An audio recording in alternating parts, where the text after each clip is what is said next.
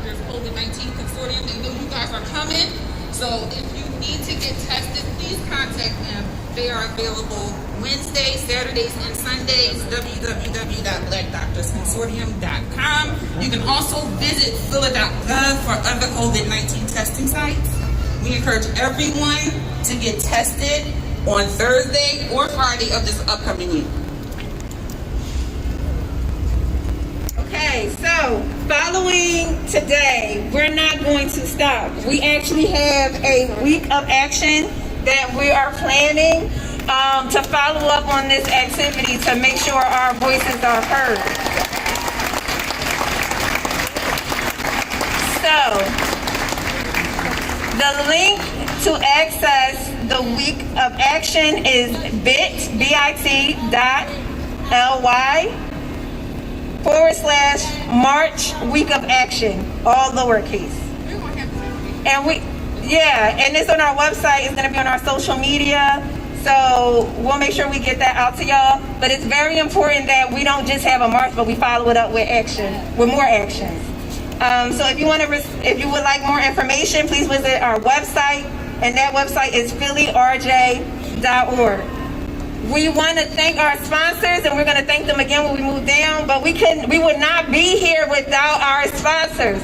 First and foremost, we have to give it up for BLM Philly.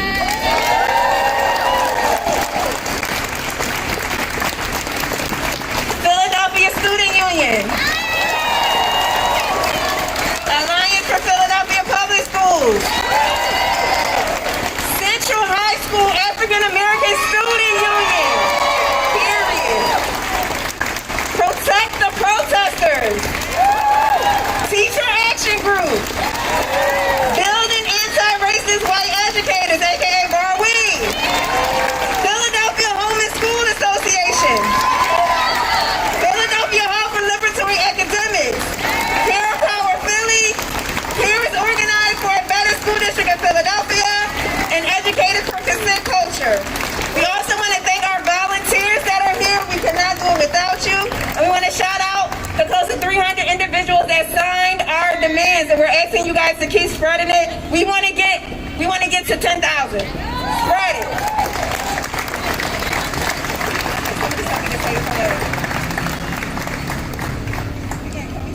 Yep.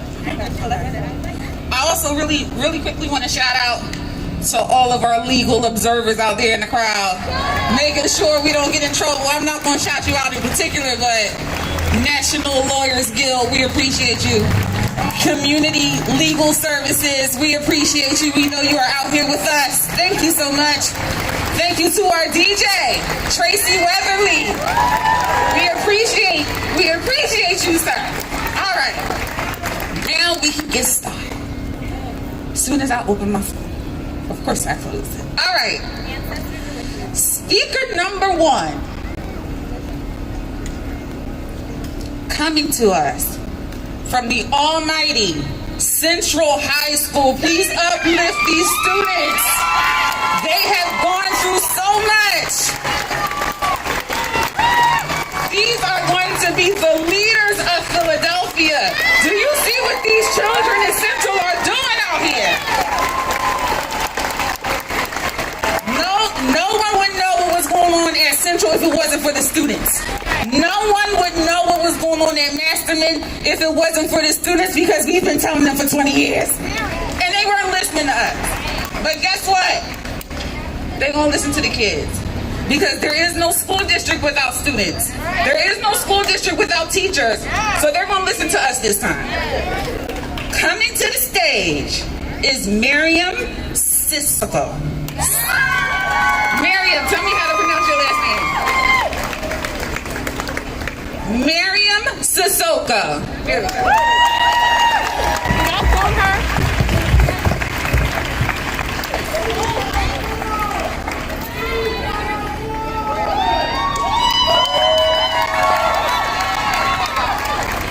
Hi, my name is Miriam Sissoko, and I am a recent graduate of Central High School. During my time at Central, I started a club called Stressed Out Students, otherwise known as SOS. The singular purpose of this club was to provide a safe space and a support group for students to deal with a multitude of mental health issues. It is difficult for any school to reconcile mental health issues when it is not coming from a point source, and Central is no exception. Period. Central has about 5 guidance counselors for 2,000 students. 2,400. Yet we are considered one of the privileged schools in the school district because we have a vast alumni network. Central students put an immense amount of pressure upon themselves when added to the ongoing mental turmoil that students of color face when going to a school not geared towards their needs. It can lead to an inevitable collapse. We have counselors who, despite their best intentions, do not know how to adequately address the toll that anti-Black racism can take on one's psyche.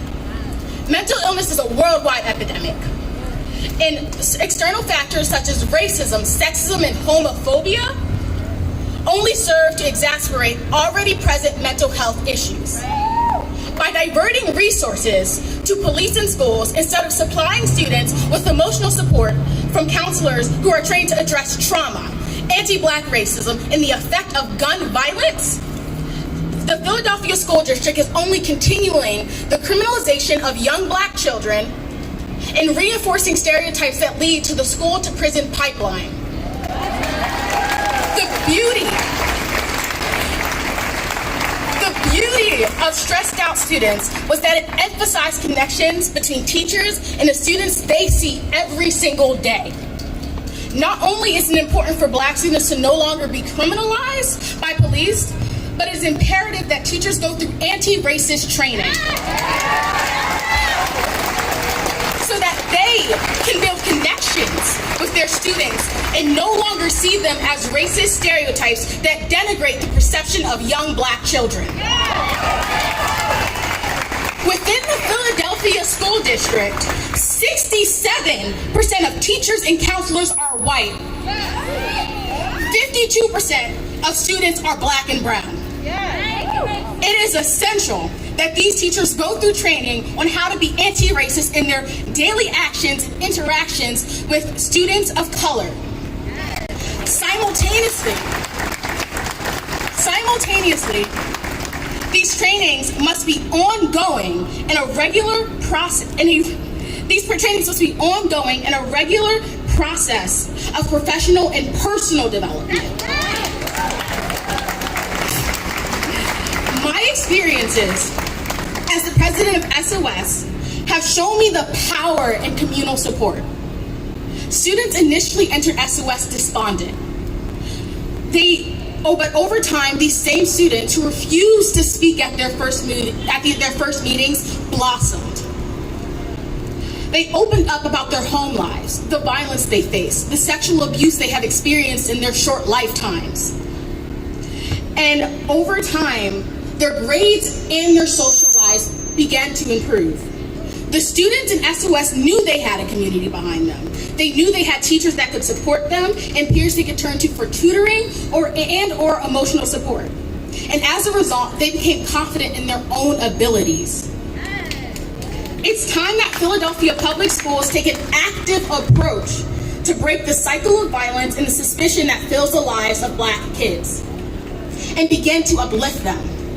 If Black and brown students don't have counselors in a community that sees them, hears them, and understands them as people versus police that see them as thugs in the making, then no one will.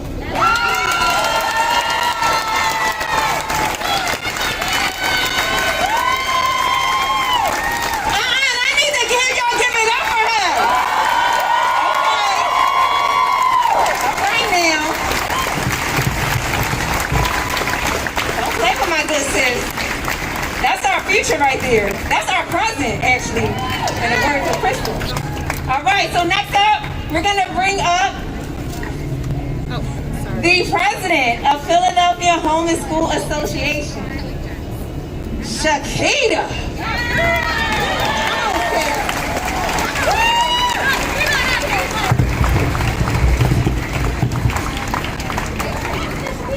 So after that, is only one thing that I can do, and I'm kind of glad y'all did this lineup the way y'all did. So I set out and I wrote something, and it came out like this: what I sent my child to school for, an apology letter to my black child. Hello, my child. Let me first start by saying that I love you. You are the reason for my growth and my purpose for living. Having you was my proudest moment. Protecting you is my duty. Getting you educated is a must. But in the process, I hurt you. I allowed others to hurt you. I sometimes sacrificed your happy spirit and pushed aside your dreams and admiration, all in the name of educating you. And although you now have a high school diploma, I failed you, and I take ownership of your pain. School should never be a place where you feel hopeless, helpless, or worthless. Before you say, "It's okay, Mom," you should know what I sent you to school for. I sent you to school for an education, a quality one filled with real history lessons, science experiments, cultural trips, home economics, math that has a purpose, all while having excellent teachers. I sent you to school to find yourself and your truth. See, I knew you were gifted the moment I laid eyes on you. Your art, your poetry, your ability to dance, the way you dribble a ball, throwing a football across the field, swimming like you were in the Olympics, destroying the competition in track and field. I sent you to school to learn more about our history, our people, this land's ancestry, and other cultures. I knew you needed this to succeed. You cannot know who you are unless you know where your ancestors have been. And my child, we didn't start from slavery. My hope was that your school would help me open the door for critical discussions that we would have. I sent you to school to find friends, the ones that love you fully and hear you out, hoping that you would find lifelong ones and would be able to hang out at the mall, gossip on the phone, go to get a slice. They would have your back even when me and you were going through. I sent you to school because you needed to be and had to be better than me. You had to be educated because your blackness was already considered a weapon. And I didn't want anyone to use you not being educated as another way of hurting you. Please know, for all the reasons I sent you to school, I didn't send you to school to die from cancer, to be arrested, to be oppressed, to be ridiculed, to be bullied, to be suppressed, to be sexualized, to be judged, to be and feel laws, to contemplate suicide, to experience racism, sexism, or classism. I swear, as your mother, my intentions were pure. But I apologize because I knew. And because my mother couldn't help me, I didn't know how to help you. But I'm here now. And together, we will not allow any other child to have our story, because that's not what I sent you to school for.